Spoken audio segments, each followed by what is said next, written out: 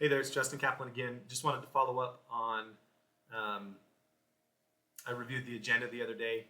So then this is, just wanted to recap what happened at the school board meeting. So, so I'm going to go back through the agenda and just discuss what happened. So they switched places. Rusty wasn't quite there. So Superintendent Holmes addressed this SB 173. It was actually an interesting discussion. It's about merit pay for teachers. The district has through December 31st of this year to decide whether to implement it. And they're undecided, so they discussed their concerns about it. So it's basically that they can kind of nominate up to 25% of their teachers based on certain factors that some factors that the state has given and some additional factors that they can implement on their own. But those include from the state student performance, student growth, evaluation, and then other that the district can include. So they can submit up to 25% of their teachers to receive basically an incentive pay, a bump in pay. Some can receive, I think, $10,000, some $5,000, some $2,500. And there's 3 years of funding right now is what they said from the state. They're worried about that it could create some division. They're worried about could it create some resentment amongst the schools. And so they have some concerns about that. Some board members, for example, David Sterling, that he recognized the benefit that this can have in recognizing great teachers and that it could incentivize teachers to want to excel and want to be in that so they can get that additional incentive pay.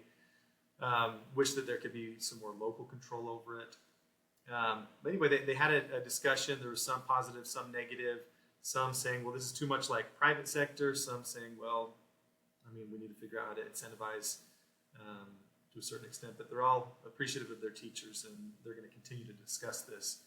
And they have through December to decide whether to participate or not.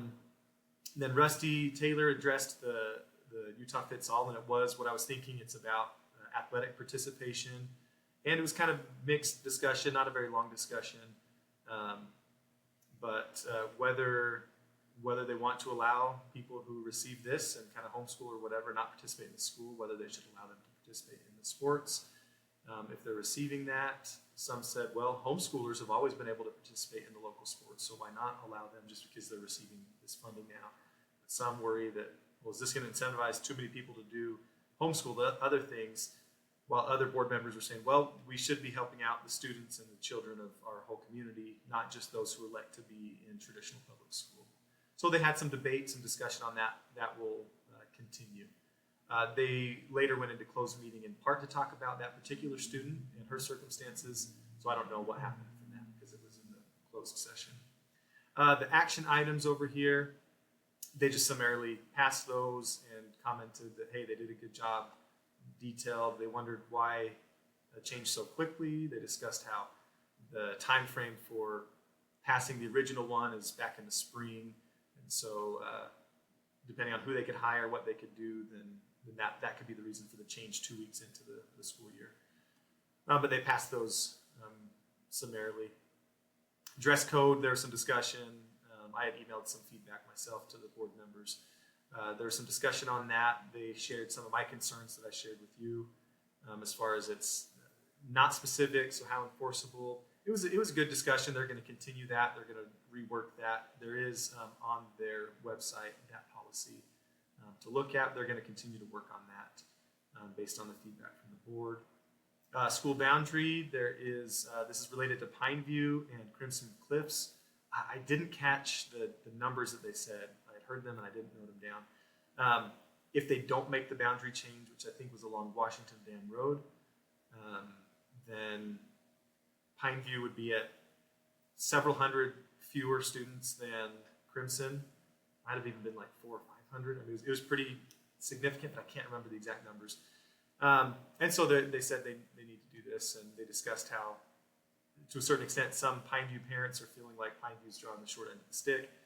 And they want to make sure that they have some of that growth area for the future, and that over time it will make a bigger difference than the first year because of the elementary students and middle school students that are coming up over the years. They also talked about leads. There have been some comment from some parents who are in leads that are being bused to Desert Hills. I said, well, we're going right past Pineview. Why not give them to them since they need the numbers anyway, and because it's closer.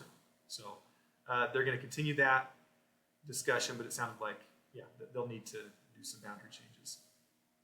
So that was about it. That's a summary of this last board meeting.